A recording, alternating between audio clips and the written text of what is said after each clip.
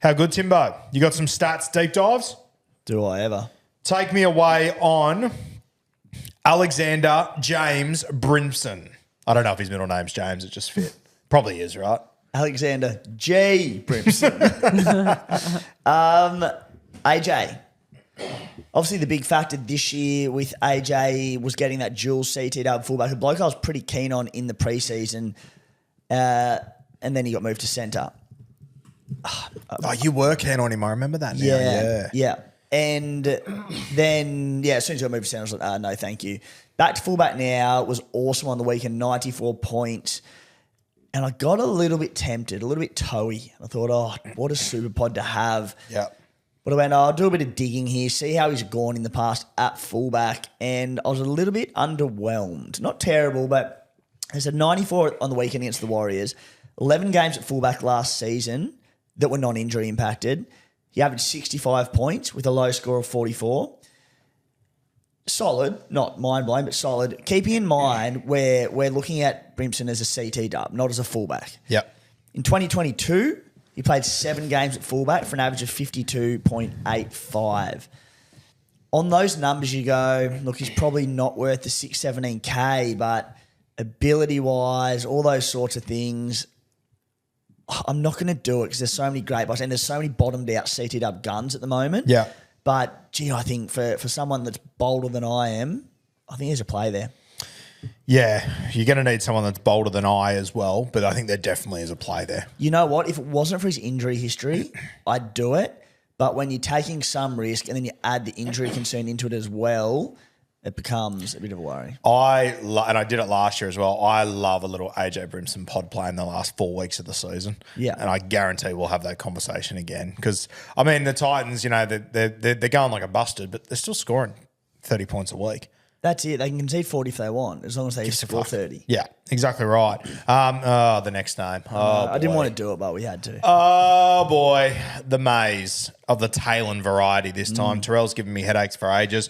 We held on to Taylan May trying to get a little pod play, and I think he's gone sub 40 for the last month. I'm not stoked about it. I have to tell you why. I've been quite vocal across Bloke Potty and Beers Potty and Playbook Potty and whatever other bloody potties I do. You're not invited on any others, mate. Don't worry. Good. I don't want to be on anymore. I'm sweet. I just think the way Luai's using his left edge, not that he's doing overly different to other years, but he just doesn't get his centre any decent ball. Yeah. To a cracker of a pass to Brian Toto on the weekend, I think it was a lofted one, but just doesn't get good ball. And I said I couldn't really go back. I mentioned it maybe last week or the week before. Really hard to go back and do a dive into left centres at the Panthers because they chop and change Tungos, Mays, Totos, wingers all the time. So it's really hard to add up. Anyway, he's averaging 42 this season with 31 in base. He hasn't scored a try or set one up. He's had 1 try contribution. He's had 1 line break, which was in round 1. And he's had no line break assists. In the best team in the competition, that is like mesmerising to me. I think, and I'm happy to be told this is fucking stupid and ludicrous, but I think I'm so far into this Taylan May hold that I'm just going to keep holding him. I'm holding him. And I think there's got to be a month where it comes good. There just has to be. I just refuse to accept he's not going to crash over for a couple of tries at some point. I'm with you. And like you look at their draw and they've got the Bunnies this week, then they have the Dogs. Bit tough from there, like Warriors, Sharks, then Dragons. That's the other thing. He plays round 13. Yeah. He's worth $394K. I'm just like, something's got to give. He has to fall over the line at some point. He has to. He just fucking has to. Surely. And like as I said to you before, mate, I'm looking at not playing Appy this week. I was actually going to play May as one of my reserves because of this South Sydney clash. What are your thoughts on that? Would you play Appy or May?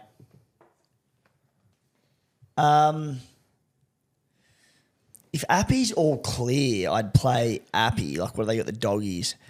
I'd play Appy over May. But like I'm with you. I sit there and I own him and he hasn't scored over 40 in the past month. But I've still like somewhat got him locked in as a play in my CT dub, and it's like, you know, call it stubborn Supercoach or whatever it might be, but I'm just like, he's still base as well. He still bust tackles. You know, he has plenty of runs. He just needs any attack, and that becomes 50, 60, 70, and the rest. So, yeah, look, I'm going to play him. I would play Appy over him, though. You would play Appy? Yeah. Especially adding a bit of wet weather in Sydney for that game tomorrow night. Yeah, interesting. Well, we'll get to sit starts soon. But, yeah, just at the price of $394K, I just can't justify selling him, at least not for the next 2 weeks with those decent matchups. You get through those two. If he's still scoring poorly, he plays around 13 a couple of weeks later. So I'm going to hold strong. Whether or not he becomes a play moving forward, that's the other question. Yeah, interesting. Okay, you got here, mate, Dolphins bye. Talk to me. Yes, so the first big bye round preview has gone up on the SC Playbook website. Oh, boy. Yeah, it's an absolute corker. Shout out to Jay Schubert, who also got married on the weekend, Jay. So congratulations to him there. Good man.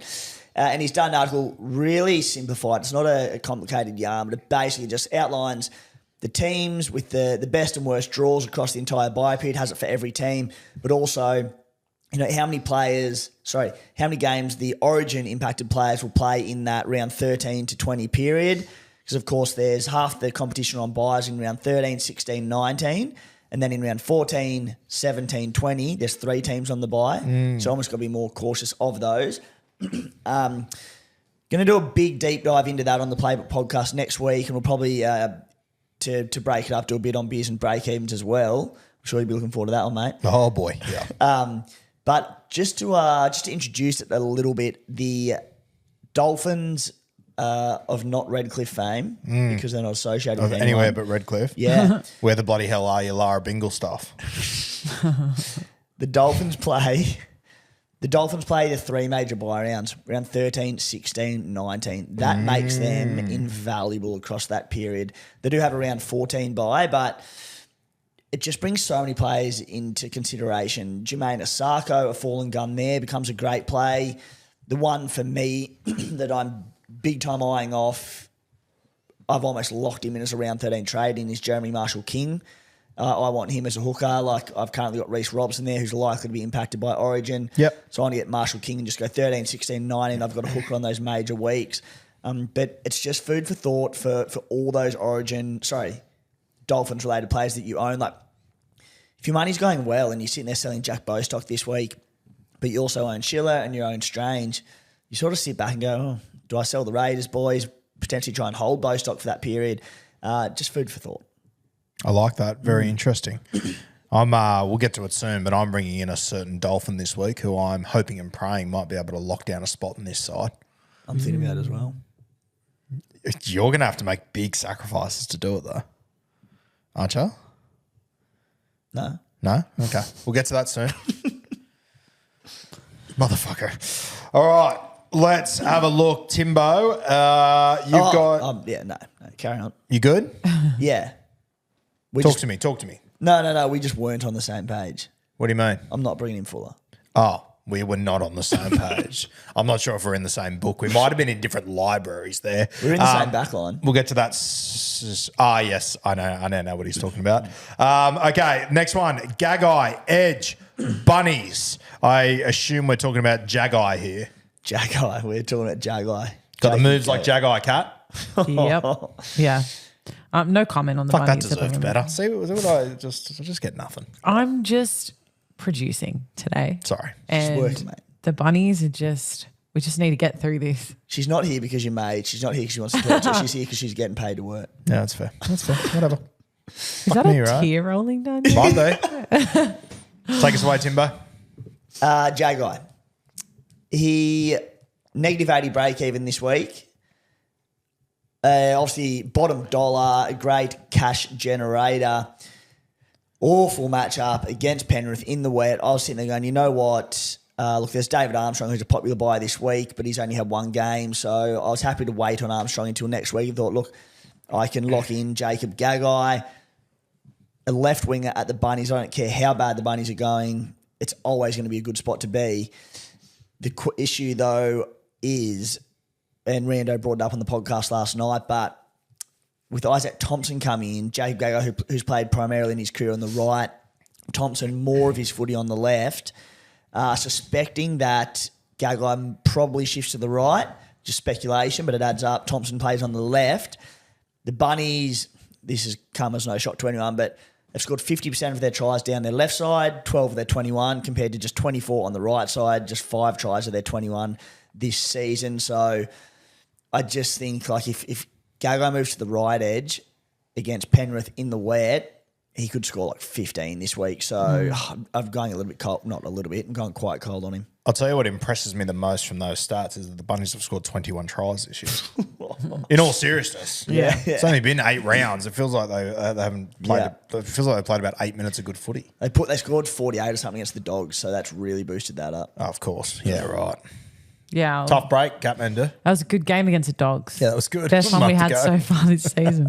I also that. I didn't even reserve Jacob Gagai over the weekend. So that was 88 points on my, that went to waste. You know what? It's the wrong call, but I think you made the right call. I know, but it's just one of those ones where I need to back my team a little bit more. You're playing him this week? I think I will. Got nothing to lose. No? Against Penrith in the rain. Don't play him. I wouldn't be playing him, but I mean, you do you. Back your boy in. I'd love to see You also told me to sell Bostock. Once again. Actually, you know what? Fuck it, I'll wear that. Sure. Play Gagai. Let us know how it goes for you. Okay. And you know what? Throw the VC on him as well. Yeah, do it. Yeah, I might. No, I'm not even a VC. I'm just going to captain. Because my draft game last weekend, the bloke I was playing had Cody Walker and Jacob Gagai. And I saw it at the start and he captained Cody Walker and I was like, fuck it, that'll be fine for me. Yeah. Sweet, I've already won this week. Come back at the end of the game, I'm like, fuck, Cody Walker actually played some footy in that game. Gagai scored 88. I'm going, what the fuck is I that know. doing? Wrought. Wild. And then you looked at the score of the actual game and it's extremely Dreadful. confusing. Yeah. Wild. Please play him this week against Penrith. Imagine if he kills it, if he goes 100 plus. No, Imagine the you're content. not selling it to me. You're not. get We're up. not doing We'll get up. this. Okay, now the next dot point has me very interested because, as I said, I'm looking at bringing in Fafita, but I'll tell you what, Timmy, there's another back rower that's really caught my attention that I'm seriously considering bringing in, who will not be Origin impacted, who will leave me with about 600K in the kitty. Talk to me about Briton Nikora and Jesse Ramien.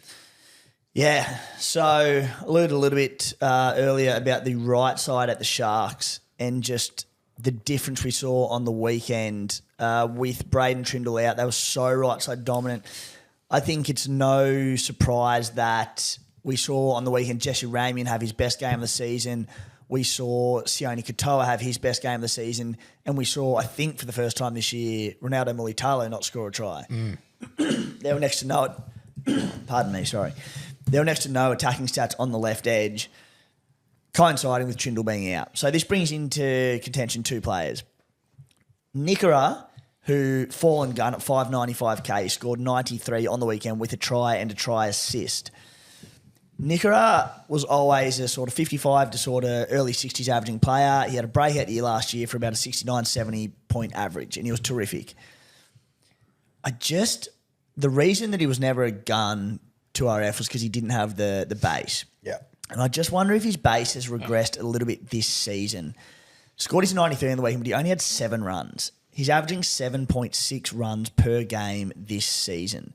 So like his base of 45 is still okay, but he's been making a lot of tackles.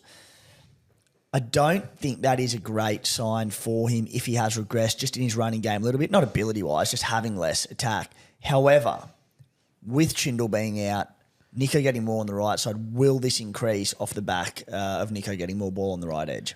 I think so. Yeah. I think definitely. I think as well, I've owned Briton Nikora in a number of years in draft, owned him again this year.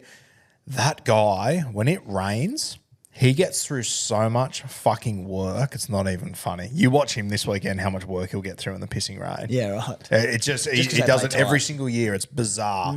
If anyone can do stats out there, because I sure as fuck won't be doing it, Briton Nikora in the rain is an absolute monster. I am seriously considering him, mate. Just under 600K. Oh, very tempting. Very hard to leave for feeder, but knowing that Briton's going to be not infected by Origin or whatnot. Plays round 13 and 19, 2 major buy rounds.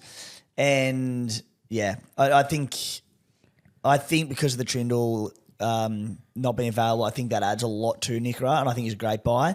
And just the other one, look, not something that I'm going to be bringing in, But 115 points for Jesse Ramien on the weekend. Mate, they struggled to tackle him, the Raiders. He looked outstanding with that right edge, likely to get more ball. He's averaging 64 this season, 34 in base. Really like him as a pod. The only concern there is it's a tough draw coming up. Dragons this week, which could be a slugfest in the rain. Then they go Storm away, Broncos away, Panthers at home. There's always just one time every single year I sit there and I watch Jesse Raymond, and it happened on the weekend. I sat there and I went, why aren't you in my Supercoach team every week? You are so fucking good. Playing outside Nicho Hynes, big work rate, tackle buster. You just look at him and go, why isn't he an 80-plus averaging CT dub? But so much to like there. So much to love. All right, Stats Deep Dive. Good as gold. Always top shelf from T-Rex.